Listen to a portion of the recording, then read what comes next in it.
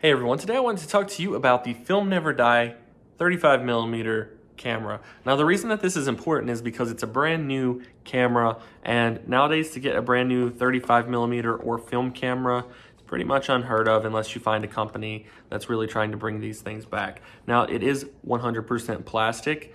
I do think that they tried really hard with the design on this because the design is actually pretty nice and it does feel very sturdy compared to a lot of the other plastic cameras that I've used.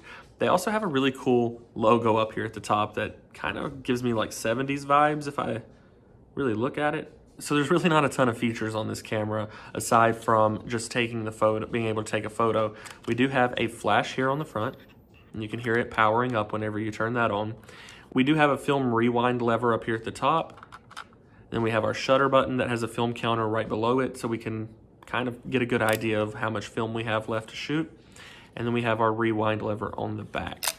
The viewfinder is very basic. It's just a standard plastic viewfinder that's going to let you get an okay idea about framing. And then when we open the camera up, we can see it's pretty basic inside. Nothing too crazy going on here.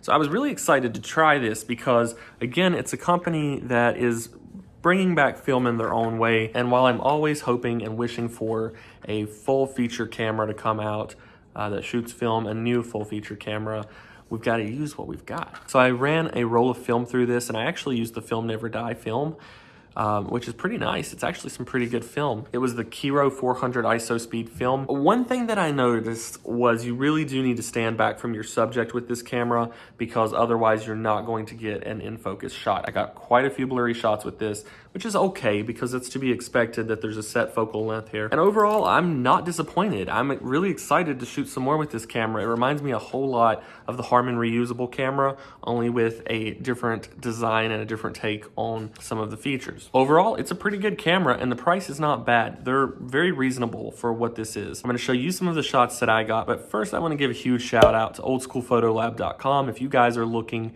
for a photo lab, definitely check out oldschoolphotolab.com. I've been using them for years for processing and scans, and they do such a good job, and they're very fast too. I'm gonna put their link down in the description, as well as a link to where you can get yourself one of these Film Never Die cameras. But without further ado, be sure to hit that like button, subscribe if you haven't already, and enjoy these pictures.